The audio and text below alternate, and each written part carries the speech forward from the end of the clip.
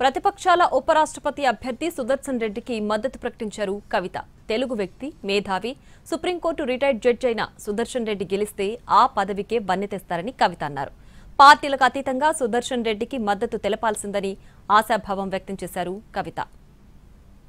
ఇలా అయితే అన్యాయాన్ని ప్రశ్నించాలో అట్లానే మనవాడు అనుకున్నప్పుడు ఒక మేధావి, రిటైర్డ్ సుప్రీంకోర్టు జస్టిస్గా పనిచేసినటువంటి వ్యక్తి సుదర్శన్ రెడ్డి గారు, మరి అటువంటి బిడ్డకు వైస్ ప్రెసిడెంట్ ఆఫ్ ఇండియాగా ఒక కంప్లీట్ ఆపోజిషన్ పార్టీ అభ్యర్థిగా దేశంలో ఉన్నటువంటి అనేక పార్టీలు సపోర్ట్ చేసినటువంటి వ్యక్తి గెలవాలని కోరుకోవడం కూడా అది డెఫినెట్గా ఒక పాజిటివ్ ప్రాంతీయవాదం అవుతుందని చెప్పి నేను మనస్ఫూర్తిగా భావిస్తూ ఉన్నాను.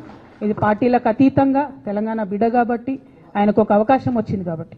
అంటే నేను ఒక వ్యక్తిని ఎప్పుడు జీవితంలో మర్చిపోలేను. శేషన్ గారు అని ఉండే, టిఎన్ శేషన్ గారు అని.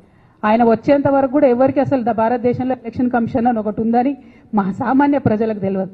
కానీ ఆయన వచ్చిన తర్వాత ఆ పోస్టుకు వన్నే వచ్చింది.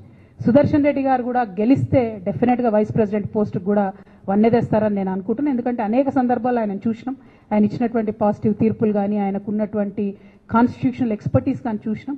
అటువంటి అవకాశం వారికి వస్తే బాగుంటుందని చెప్పి